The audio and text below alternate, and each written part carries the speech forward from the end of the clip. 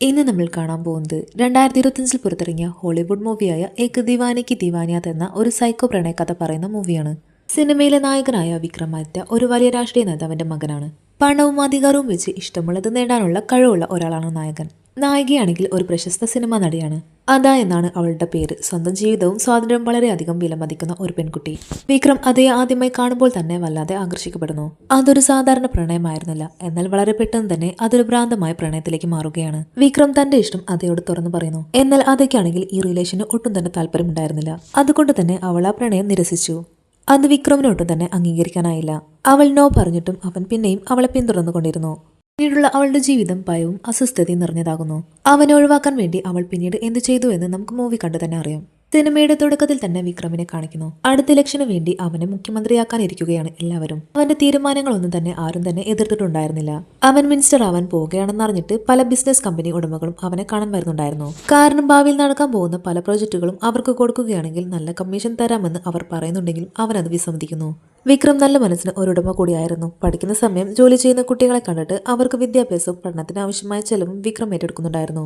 അവന്റെ ജീവിതത്തിൽ ഇതുവരെ ഒരു പ്രണയം ഉണ്ടായിരുന്നില്ല. ആ സമയത്താണ് വിക്രം അതയെ കാണുന്നതും ഇഷ്ടപ്പെടുന്നതും. ഒരു ആക്ട്രസ് ആയ അദ ഒരു ഉറച്ച നിലപാടുള്ള പെൺകുട്ടിയായിരുന്നു. ഇഷ്ടമില്ലാത്ത സീൻ ആര് വന്ന് അഭിനയിക്കാൻ പറഞ്ഞാലും അവൾ അത് അഭിനയിക്കാറില്ല. വളരെ കർക്കശക്കാരിയായ അവൾക്ക് ദയുള്ള ഒരു മനസ്സും കൂടിയുണ്ട്. ഒരു എയർപോർട്ടിൽ വെച്ചാണ് അതേ വിക്രം ആദ്യമായി കാണുന്നത്. ചുറ്റും മീഡിയക്കാരും ആൾക്കൂട്ടവും തിങ്ങി നിറഞ്ഞിരുന്നു. കണ്ട മാതിരിൽ തന്നെ അവളോട് വിക്രമിന് ഒരു ഇഷ്ടം തോന്നി. ചുറ്റും ആളുകളും മീഡിയകളും നിറഞ്ഞിരുന്നു. ആ ആളുകളുടെ ഇടയിൽ നിന്നും അവളെ സേഫായി എയർപോർട്ടിന്റെ ഉള്ളിലേക്ക് എത്തിക്കാൻ വേണ്ടി വിക്രം അവളെ കൈപ്പിടിച്ച് കൊണ്ടുപോകുന്നു. അവളെ ഹെൽപ്പ് ചെയ്യാൻ വേണ്ടിയായിരുന്നു അത്. അവനൊരു ഉയർന്ന പൊളിറ്റീഷ്യൻ ആയതുകൊണ്ട് തന്നെ അതയ്ക്ക് മുന്നേ തന്നെ അവൻ അറിയാമായിരുന്നു.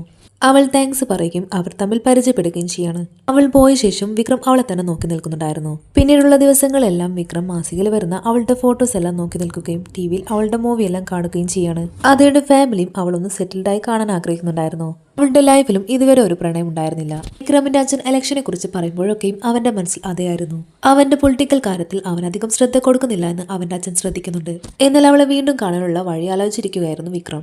അതയ്ക്ക് ഒരാഴ്ചത്തേക്ക് ഒരുപാട് പ്രോഗ്രാമുകളും ഉദ്ഘാടനങ്ങളും ഉണ്ടായിരുന്നു. എന്നാൽ പെട്ടെന്ന് അതെല്ലാം തന്നെ പണത്തിന്റെ സ്വാധീനത്താൽ വിക്രം ക്യാൻസൽ ചെയ്യുന്നു. എന്നിട്ട് ഒരു ഇൻവിറ്റേഷൻ മാത്രം അവൾക്ക് വരുന്നു. അതും വിക്രമിൽ നിന്നായിരുന്നു. സോൾജേഴ്സുമായുള്ള ഒരു പ്രോഗ്രാമിന് വേണ്ടിയായിരുന്നു അവളെ ഇൻവൈറ്റ് ചെയ്തത്. എല്ലാ പ്രോഗ്രാമും ക്യാൻസൽ ആയിട്ടും ഈ ഒരു ഇൻവിറ്റേഷൻ മാത്രം വന്നതിൽ അവൾക്ക് സംശയം തോന്നുന്നു. അത് തന്റെ മാനേജറിനോട് കാര്യം തിരക്കുന്നു. വിക്രമിനെ കുറിച്ച് കൂടുതൽ ചോദിച്ചറിയുന്നു. അയാളോട് ആരും ഇതുവരെ നോ പറയാൻ ധൈര്യപ്പെട്ടിട്ടില്ല എന്ന് മാനേജർ പറയുന്നു. എന്നാൽ ഇത് മനസ്സിലാക്കി അദ ആ ഇവന്റിൽ താൻ പങ്കെടുക്കില്ല എന്ന് അറിയിക്കുകയാണ്. അവളുടെ മാനേജർ വഴി കാര്യം അറിഞ്ഞ വിക്രം അവളെ നേരിട്ട് കാണാൻ തീരുമാനിക്കുന്നു. അങ്ങനെ അവളെ കണ്ട് എന്തിനാണ് നിങ്ങൾ നോ പറഞ്ഞതെന്ന് വിക്രം ചോദിക്കുന്നു. അവിടെ പോയി അവരുടെ കൂടെ സെൽഫി എടുക്കുകയും ഫോട്ടോ എടുക്കുകയും ചെയ്തിട്ട് അതെല്ലാം തന്നെ നിങ്ങളുടെ PR-ന് വേണ്ടി ഉപയോഗിക്കുകയാണെങ്കിൽ അതെനിക്ക് ഇഷ്ടപ്പെടില്ല. വിക്രം അത് കേട്ടപ്പോൾ അവളോട് തുറന്നു പറയുന്നുണ്ട്. ശരിക്കും PR-ന് വേണ്ടി തന്നെയായിരുന്നു അത് ചെയ്യാൻ തീരുമാനിച്ചത്. എന്നാൽ നിങ്ങൾക്ക് ഇഷ്ടമില്ലാത്ത സ്ഥിതിക്ക് അവിടെ ഒരു ക്യാമറ പോലും ഓൺ ആവുകയില്ല. ആരും നിങ്ങളെ ഫോട്ടോ എടുക്കുകയുമില്ല. നിങ്ങൾ അവിടെ വന്ന് ആ ഇവന്റ് അറ്റൻഡ് ചെയ്താൽ മാത്രം മതി. അങ്ങനെയാണെങ്കിൽ തനിക്ക് സമ്മതമാണെന്ന് അത് പറയുന്നു. അങ്ങനെ അവർ രണ്ടുപേരും ഒരുമിച്ച് കാശ്മീരിലേക്ക് പോവുകയാണ്. ആ യാത്രയിൽ അവർ രണ്ടുപേരും പരസ്പരം കൂടുതൽ അറിയുകയും ചെയ്യുന്നുണ്ട്. അതേസമയം വിക്രമിന് അവളോടുള്ള പ്രണയം കൂടി വരുന്നുണ്ടായിരുന്നു. ഇതുവരെ അവന്റെ ഇഷ്ടം അവളോട് തുറന്നു പറഞ്ഞിട്ടുണ്ടായിരുന്നില്ല. അങ്ങനെ അവർ ആർമി ക്യാമ്പിലെത്തുകയും ഫ്രഷ് ആവാനായി അവർ തങ്ങളുടെ റൂമിലേക്ക് പോവുകയാണ്.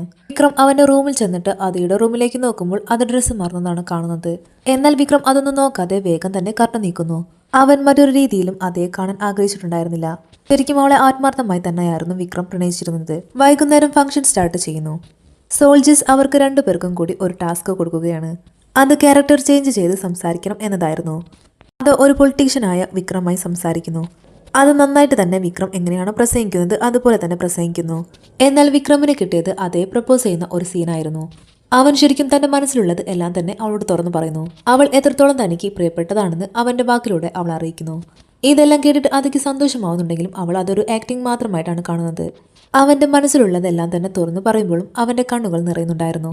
എന്നാൽ അതൊക്കെ അറിയില്ലായിരുന്നു അവൻ പറയുന്നതെല്ലാം തന്നെ അവന്റെ ഫീലിംഗ്സ് ആണെന്ന്. പിറ്റേ ദിവസം അവർ സോൾജേഴ്സിന്റെ കൂടെ നടന്നുകൊണ്ടിരിക്കുമ്പോൾ പെട്ടെന്നൊരു പാമ്പ് അതയുടെ അടുത്തേക്ക് വരുന്നത് ഒരു സോൾജർ കാണുന്നു. അവളെ തള്ളി മാറ്റുന്നതിനിടെ ആ സോൾജർ അവളുടെ ദേഹത്തേക്ക് വീഴുകയാണ്. എന്നാൽ പാമ്പുള്ള കാര്യം അതയും വിക്രമും കണ്ടിട്ടുണ്ടായിരുന്നില്ല. അതയുടെ ദേഹത്തേക്ക് വീഴുന്ന സോൾജറെ കണ്ട് വിക്രം ദേഷ്യപ്പെടുകയും അവൾ എന്റെ പെണ്ണാണെന്ന് ഉറക്കെ പറയുകയും ചെയ്യാണ്. അത് കേൾക്കുന്ന സോൾജർ ആണെങ്കിൽ താൻ പാമ്പിന്റെ കടയിൽ നിന്നും അതേ രക്ഷപ്പെടുത്തിയതാണെന്ന് പറയുന്നു.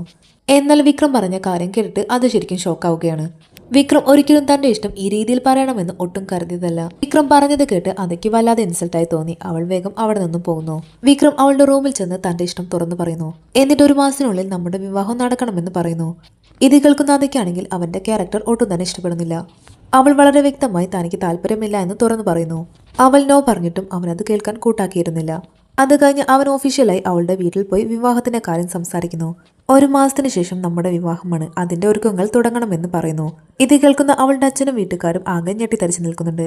തന്റെ ഇഷ്ടം അടിച്ചേൽപ്പിക്കുന്ന അവന്റെ ക്യാരക്ടർ കണ്ട് അവൾക്ക് അവനോടുള്ള ദേഷ്യം കൂടി വന്നു.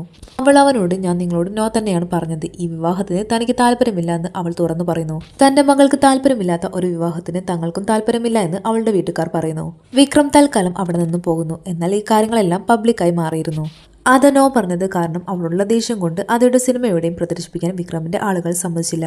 അവളുടെ ഫോട്ടോസ് എല്ലാം തന്നെ കീറിക്കളയാണ്. പ്രശ്നം രൂക്ഷമായതോടെ പല ഡയറക്ടേഴ്സും അവളുമായി സിനിമ ചെയ്യുന്നത് നിർത്തുന്നു. പല സിനിമകളും പാതി വഴിയിൽ ഉപേക്ഷിക്കപ്പെടുകയും ചെയ്തു. അവളുടെ അവസരങ്ങളെല്ലാം തന്നെ നഷ്ടമാവാൻ തുടങ്ങി. ഒടുവിൽ അവൾ വിക്രമിന്റെ വീട്ടിലേക്ക് വരുന്നു. എന്നാൽ അവളെ കാത്ത് വലിയ വെൽക്കം തന്നെയാണ് വിക്രം ഒരുക്കിയിരുന്നത്. അവൾ തന്റെ അടുത്തേക്ക് വരുമെന്ന് അവൻ അറിയാമായിരുന്നു. അവൾ ഒരുപാട് സ്നേഹത്തോടു കൂടി അവൻ വീട്ടിലേക്ക് ക്ഷണിക്കുന്നുണ്ടെങ്കിലും സിനിമയില്ലാതെ താൻ വീട്ടിലിരുന്നാൽ പോലും ഒരിക്കലും ഞാൻ നിന്നെ വിവാഹം ചെയ്യില്ല എന്ന് അത് പറയുമ്പോൾ വിക്രം ശരിക്കും തകർന്നു പോവുകയാണ്. അത്രയ്ക്കും ആത്മാർത്ഥമായിട്ടായിരുന്നു വിക്രം അവളെ സ്നേഹിച്ചിട്ടുണ്ടായിരുന്നത്. എന്നാൽ പ്രണയം അടിച്ചേൽപ്പിക്കേണ്ട ഒന്നല്ല എന്ന് അവൻ പലപ്പോഴായി മറന്നു പോകുന്നു. കാരണം അവന്റെ അച്ഛൻ ജനിച്ചപ്പോൾ തൊട്ട് അവനെ ശീലിപ്പിച്ചിരുന്നത് ആഗ്രഹിച്ചതെല്ലാം തന്നെ നേടിയെടുക്കണം എന്ന വാശിയായിരുന്നു. അത് വേറെ വഴിയില്ലാതെ അവന്റെ ശല്യം സഹിക്കാൻ വയ്യാതെ മുഖ്യമന്ത്രിക്ക് പരാതി നൽകാൻ പോകുന്നു. എന്നാൽ വിക്രം വിവാഹം ചെയ്യാൻ പോകുന്ന പെൺകുട്ടി എന്ന രീതിയിലായിരുന്നു അവർ അതയോട് സംസാരിച്ചതും അവൾക്ക് റെസ്പെക്ട് കൊടുത്തതും. എന്നാൽ അവനെതിരെ ഒന്നും സംസാരിക്കാൻ പോലും അവർ തയ്യാറായിരുന്നില്ല. അവിടെ ചെന്നിട്ട് കാര്യമില്ല എന്ന് അവൾക്ക് മനസ്സിലായി. വിക്രം അവിടേക്ക് വരുമ്പോൾ മുഖ്യമന്ത്രി തന്റെ ചെയർ വരെ അവന് വേണ്ടി ഒഴിഞ്ഞു കൊടുക്കുന്നു. അവന്റെ തീരുമാനങ്ങളെല്ലാം അവൾക്ക് മേൽ അടിച്ചേൽപ്പിക്കാൻ ശ്രമിച്ചുകൊണ്ടിരിക്കുന്ന അവൻ ഇപ്പോൾ അവളുടെ കാല് പിടിച്ചുകൊണ്ട് പറയുന്നുണ്ട് താൻ വളരെ ആത്മാർത്ഥമായി തന്നെയാണ് തന്നെ സ്നേഹിക്കുന്നതെന്ന്. അവൻ ഇങ്ങനെയൊക്കെ ബിഹേവ് ചെയ്യുന്നത് കാണുന്ന അവന്റെ ഫ്രണ്ട് ഞെട്ടിത്തടിച്ചു നിൽക്കാണ്. അവൻ ഇത്രയധികം അവളെ സ്നേഹിക്കുന്നുണ്ടെന്ന് അവന്റെ ഫ്രണ്ട് അപ്പോഴാണ് മനസ്സിലാക്കുന്നത്. എന്നാൽ അതൊന്നും തന്നെ അതയുടെ മനസ്സലിയിച്ചില്ല. അവൾ ഇപ്പോഴും തന്റെ തീരുമാനത്തിൽ ഉറച്ചു നിൽക്കുന്നു.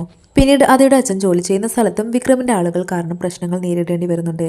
ഒടുക്കം അവർ കാരണം ജീവിക്കാൻ പറ്റാത്ത അവസ്ഥയിലാവുകയാണ് അതയും ഫാമിലിയും. പിറ്റേ ദിവസം അത് വിക്രം പ്രസംഗിക്കുന്ന സ്ഥലത്തേക്ക് വന്ന് അവൾക്ക് പറയാനുള്ള കാര്യങ്ങളെല്ലാം തന്നെ തുറന്നു പറയുന്നു. വിക്രം അവളെ തടഞ്ഞില്ല. പ്രണയം നിരസിച്ചതിൽ തന്നെയും വീട്ടുകാരെയും പുറകെ നടന്ന് ശല്യം ചെയ്യുകയാണെന്നും മുഖ്യമന്ത്രിക്ക് വരെ പരാതി നൽകിയിട്ടും ഒരു കാര്യം ഉണ്ടായിട്ടില്ല എന്ന് അവൾ തുറന്നു പറയുന്നു. കൂടാതെ അടുത്ത ഉത്സവത്തിന് മുൻപായി വിക്രമിനെ ആരാണോ കൊല്ലുന്നത് ആ ആളുടെ കൂടെ ഒരു രാത്രി കഴിയാൻ താൻ തയ്യാറാണെന്ന് അത് പറയുന്നു. അത് തന്നെ ഇത്രയധികം വെറുക്കുന്നുണ്ടെന്ന് വിക്രമിന് അപ്പോഴാണ് മനസ്സിലാവുന്നത്. അത് പോകാൻ നേരം വിക്രമിനെ വെല്ലുവിളിക്കുന്നു.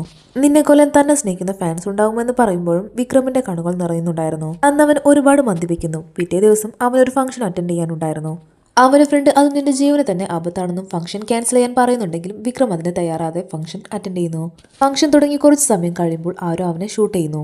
എന്നാൽ ബുള്ളറ്റ് കൊണ്ടത് അവന്റെ കയ്യിലാണ്. ഷൂട്ട് ചെയ്ത ആളെ അപ്പോൾ തന്നെ അവിടെയുള്ളവർ പിടികൂടുകയും തല്ലുകയും പോലീസിൽ ഏൽപ്പിക്കുകയും ചെയ്യുന്നു. ആവശ്യനിലയിൽ വിക്രം വീട്ടിലേക്ക് വരുമ്പോൾ അവിടെ അവനെയും കാത്ത് അതുണ്ടായിരുന്നു. അവൻ മരിക്കുകയാണെങ്കിൽ അവന് വേണ്ടി കർമ്മം ചെയ്യാനുള്ള സാധനങ്ങളുമായിട്ടായിരുന്നു അവൾ അവിടെ ഇരിക്കുന്നത്. അവനെ കൊല്ലാൻ ശ്രമിച്ചത് അവൻ തന്നെ ചെയ്യിച്ചതായിരുന്നു. അവനെ കൊല്ലുന്നവരുടെ അവസ്ഥ എന്തായിരിക്കുമെന്ന് കാണിച്ചു കൊടുക്കാനായിരുന്നു അവനത് ചെയ്തത്. ഒരു ക്രൈം ചെയ്താൽ അവർ നേരെ പോകുന്നത് നിന്റെ കൂടെ ബെഡ്റൂമിലേക്കല്ല, മറിച്ച് അവർ പോകുന്നത് പോലീസുകാർക്കൊപ്പമായിരിക്കുമെന്ന് നിന്റെ ഫാൻസിനെ അറിയിക്കാൻ വേണ്ടിയാണെന്ന് വിക്രമിന്റെ ഫ്രണ്ട് പറയുന്നു. എന്റെ പ്രണയത്തിൽ ഞാൻ മരിക്കേണ്ടി വന്നാലും നിന്റെ കണ്ണിൽ നിന്നും ഒരു തുള്ളി കണ്ണുനീർ വീഴാൻ പാടില്ല എന്ന് വിക്രം പറഞ്ഞിട്ട് പോകുന്നു. അതയുടെ സമ്മതമില്ലാതെ അവളെ തട്ടിക്കൊണ്ടുവന്ന് വിക്രമിന് നൽകുന്നു. അവൻ അവളെ ഒരു രാത്രിക്ക് വേണ്ടി മാത്രമാണ് വേണ്ടതെന്നാണ് അവന്റെ അച്ഛൻ കരുതിയിരിക്കുന്നത്. അതയുടെ അടുത്തെത്തിയ വിക്രം അവന്റെ അച്ഛൻ ചെയ്തതിന് മാപ്പ് ചോദിക്കുന്നു. നിനക്കിതാണോ വേണ്ടതെന്ന് പറഞ്ഞ് അത് തന്റെ കഴുത്തിലിരിക്കുന്ന ഷാൾ ഒരു തറയിലേക്ക് എറിഞ്ഞു. ഞാൻ നിന്നെ ഒരിക്കലും ബലം പ്രയോഗിച്ച് സ്വന്തമാക്കാൻ ആഗ്രഹിച്ചിട്ടില്ല എന്നും താൻ ആത്മാർത്ഥമായിട്ടാണ് പ്രണയിച്ചതെന്നും പറഞ്ഞുകൊണ്ട് ആ ഷാൾ അവളുടെ ദേഹത്ത് തന്നെ അവനിട്ട് കൊടുക്കുന്നു. എന്നിട്ട് അവളെയും കൂട്ടി സേഫായി അവളുടെ വീട്ടിൽ കൊണ്ടുവിടുന്നു. അങ്ങനെ പിറ്റേ ദിവസം ആ ഉത്സവം വന്നെത്തി. ഒരു വിധയുടെ വേഷത്തിൽ വിക്രം മരിക്കാൻ വേണ്ടി പ്രാർത്ഥിക്കാൻ അവൾ അമ്പലത്തിലേക്ക് പോകുന്നു. അവളുടെ കൂടെ അമ്പലത്തിലേക്ക് അവനും ഒപ്പം പോകുന്നു. വഴി അവനെതിരെ അക്രമങ്ങൾ ഉണ്ടായിട്ടും അത് മൈൻഡ് പോലും ചെയ്യാതെ നടന്നു പോകുന്നു. വിക്രമിനെതിരെ അതെങ്കിലും നിൽക്കുന്നത് കണ്ടിട്ട് വിക്രമിന്റെ എതിരാളികൾ അതേ സമീപിക്കുകയും പല ഓഫേഴ്സ് നൽകുകയും ചെയ്യുന്നുണ്ട്. എന്നാൽ അത് അതിലൊന്നും വീഴുന്നുണ്ടായിരുന്നില്ല. പിറ്റേ ദിവസം വിക്രം അതേ കാണാൻ ചെല്ലുന്നു. കുട്ടിക്കാലം മുതൽ താൻ ശീലിച്ചു പോകുന്നത് ആഗ്രഹിച്ചതെല്ലാം മറ്റുള്ളവരിൽ നിന്നും പിടിച്ചു വാങ്ങിക്കൊണ്ടായിരുന്നു. ഇന്ന് തനിക്ക് തന്റെ തെറ്റുകളെല്ലാം തന്നെ മനസ്സിലായി. ഇനി ഒരിക്കലും താൻ ശല്യമായി വരില്ല എന്ന് പറഞ്ഞ് വിക്രം അതയോട് പറയുന്നു. ഇനി ഒരു രീതിയിലും വിക്രം അതേ ശല്യം ചെയ്യില്ല എന്ന് പറഞ്ഞുകൊണ്ട് അവൻ അവിടെ നിന്ന് പോകുന്നു. വിക്രം തന്റെ ക്യാരക്ടർ മൊത്തത്തിൽ തന്നെ ചേഞ്ച് ചെയ്യാൻ തീരുമാനിക്കുന്നു. ഇതറിഞ്ഞ വിക്രമിന്റെ അച്ഛൻ അതേ കൊല്ലാൻ വിക്രമിന്റെ ഫ്രണ്ടിനോട് പറയുന്നു. അവൻ അയാളോട് നോ പറയാൻ പറ്റില്ലായിരുന്നു. അന്ന് രാത്രി ഉത്സവം ആരംഭിച്ചു. എല്ലാവരും തന്നെ ഫംഗ്ഷൻ നടക്കുന്ന സ്ഥലത്തെത്തി. ഇവിടേക്ക് അത് വരുന്നുണ്ട്. വിക്രമിനെ കണ്ട് ക്ഷമ ചോദിക്കാനായിരുന്നു അത് വന്നത്. എന്നാൽ വിക്രമിന്റെ അടുത്തെത്തിയ അതയ്ക്ക് പിന്നാലെ അവളെ ലക്ഷ്യമാക്കിക്കൊണ്ട് ഒരു വെടിയുണ്ട പാഞ്ഞെത്തി. വിക്രമിന്റെ ഫ്രണ്ട് അവളെ ഷൂട്ട് ചെയ്തു. എന്നാൽ ആ ബുള്ളറ്റ് മിസ്സായിരുന്നു. ഇത് മനസ്സിലാക്കിയ വിക്രം അവളെ രക്ഷിക്കാൻ ശ്രമിക്കുന്നു. അവൾക്ക് നേരെ വന്ന രണ്ടാമത്തെ ബുള്ളറ്റ് അവന്റെ ശരീരത്തെ കൊള്ളുന്നു. ഇത് കാണുന്ന അവന്റെ ഫ്രണ്ടും അച്ഛനും ഞെട്ടിത്തരിച്ചു നിൽക്കുന്നു. അവനെ കൊല്ലാൻ അവർ ആഗ്രഹിച്ചിട്ടുണ്ടായിരുന്നില്ല. അവശനിലയിൽ തന്റെ മടിയിൽ കിടക്കുന്ന വിക്രമിനെ കണ്ട് അത് പൊട്ടിക്കരഞ്ഞു. ഈ ജന്മം എനിക്ക് നിന്നെ സ്വന്തമാക്കാൻ സാധിച്ചിട്ടില്ല. അടുത്ത ജന്മം ഞാൻ നിന്നെ സ്വന്തമാക്കാൻ വരും. നീ ആഗ്രഹിക്കുന്ന പോലെ തന്നെ ഞാൻ നിന്നെ പ്രണയിക്കും. ആ ജന്മത്തിൽ നീ എന്നോട് നോ പറയരുതെന്ന് വിക്രം കരഞ്ഞുകൊണ്ട് പറയുന്നു. ജന്മം തന്നോട് ക്ഷമിക്കണമെന്ന് അവൻ പറയുമ്പോൾ അവൻ പൊട്ടിക്കരയുന്നു. അവൾ ക്ഷമിച്ചു എന്ന് പറയുന്നതിന് മുമ്പ് തന്നെ അവൻ അവളെ വിട്ടു പോയിരുന്നു. അവന്റെ കയ്യിൽ അപ്പോഴും അവൾക്ക് വേണ്ടി കൊണ്ടു നടന്ന ഒരു മോതിരമുണ്ടായിരുന്നു. അവന്റെ മരണശേഷം അവൾ ആ മോതിരം തന്റെ വിരലുകളിൽ അണിയുന്നു. മരിച്ചു കിടക്കുന്ന വിക്രമിനെ കെട്ടിപ്പിടിച്ച് കരയുന്ന അതേ കാണിച്ചുകൊണ്ടാണ് സിനിമ അവസാനിക്കുന്നത്. ഈ ഒരു മൂവി നിങ്ങൾക്ക് ഇഷ്ടമായിട്ടുണ്ടെങ്കിൽ ലൈക്ക് ചെയ്യാനും ചാനൽ സബ്സ്ക്രൈബ് ചെയ്യാനും മറക്കല്ലേ.